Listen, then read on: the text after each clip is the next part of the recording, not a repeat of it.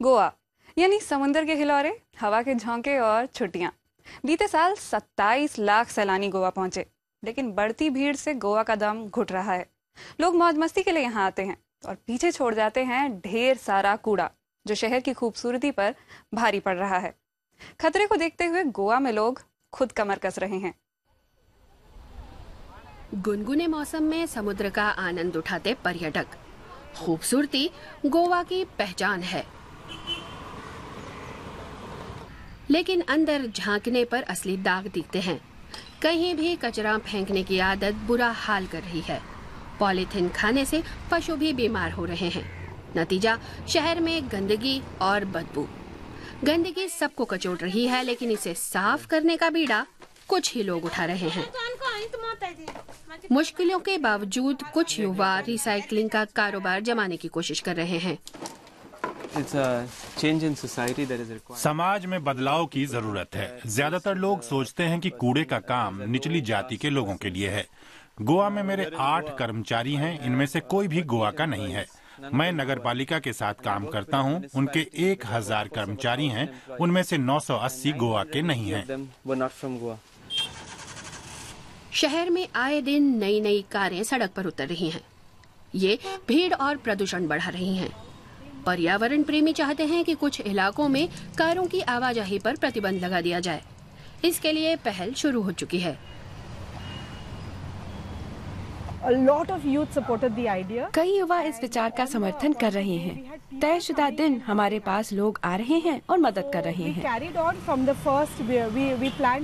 महीने के एक रविवार को ट्रायल हुआ और फिर 6 महीने तक इसे जारी रखा गया। सामाजिक और पर्यावरण संगठनों का साथ यूनिवर्सिटी और स्कूल भी दे रहे हैं। जैसा कि आप लोग जानते हैं, खनन को गोवा की अर्थव्यवस्था की रीढ़ कहा जाता है, लेकिन इसकी वजह से ही जंगलों को सबसे ज्यादा नुकसान हुआ है। गोवा में उत्तर से दक्षिण तक हम खनन का अथाह कचरा देखते हैं।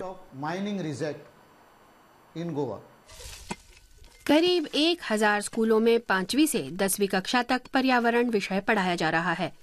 प्रैक्टिकल के तहत बच्चे पेड़ रोपने का अभियान चलाते हैं और अपने अपने पेड़ की देखरेख करते हैं।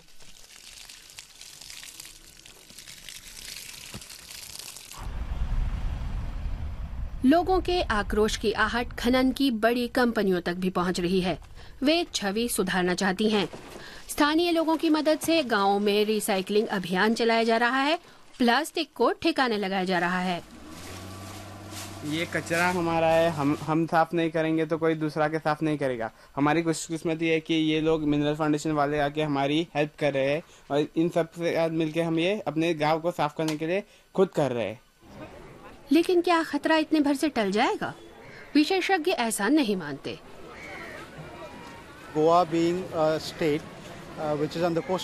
गोवा ऐसा राज्य है जो समुद्र तट पर बसा है। जलवायु परिवर्तन का मुख्य असर तटीय इलाकों पर पड़ता है।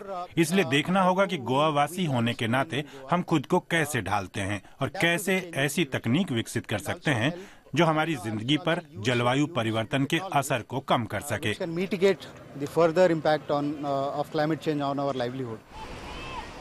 कुदरत गोवा का खजाना है। भारत को ऐसी जन्नत को बचाना होगा।